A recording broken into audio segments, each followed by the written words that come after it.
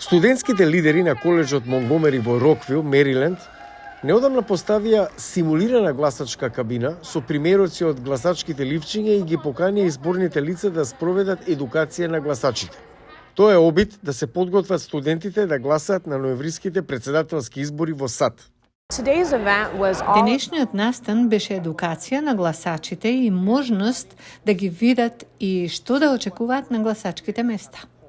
На учесниците како Ахјан Даманг им се допадна искуството. Сакав да видам какво е чувството да гласам прв пат. Ова е мојот прв пат да гласам за претседателски избори и сакав да ја видам процедурата.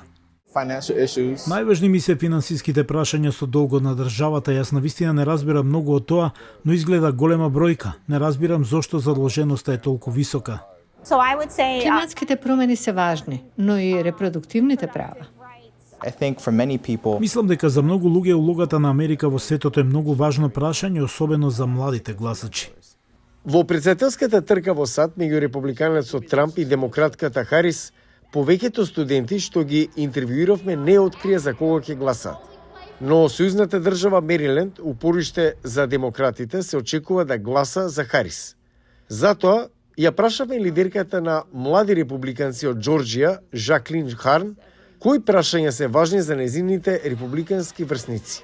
За многумина, рече таа, најважна е економијата. Домувањето, инфлацијата со цените за намирниците и цените за бензинот што постојано се зголемуваат, се голем проблем во секојдневието. И како кампањите може да допрат до младите гласачи? Нема да стасате до гласач од генерацијата Z со телефонски повик, затоа што тие веројатно имаат блокирач за реклами платени од политичките субјекти на нивниот телефон или едноставно нема да одговорат на број што не го знаат. Ние сме генерација на социјалните медиуми. Се што гледаме е на социјалните мрежи. Ги добиваме нашите вести преку социјалните мрежи.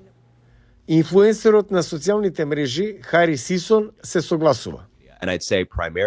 Би рекол дека првенствено главната апликација за вести за младите е веројатно TikTok. Тоа е мојата главна платформа. Многу од сегментите на вести што ги гледате на TikTok се од 30 до 60 секунди.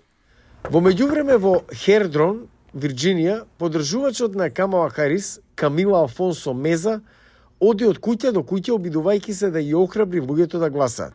Тие не секогаш ја отвараат вратата, но таа не отстапува од мисијата. Definitely Harris supporters. Вели дека Харис, што го замени претседателот Џо Бајден во претседателската трка, е охрабрувачки за младите демократи. Видов голема промена во енергијата и ентузијазмот откако подпредседателката стана номинирана од демократите. Камила Афонсо Меза смета дека гласачкиот блок од генерацијата Z од над 40 милиони млади луѓе може да направи вистинска разлика на претседателските избори.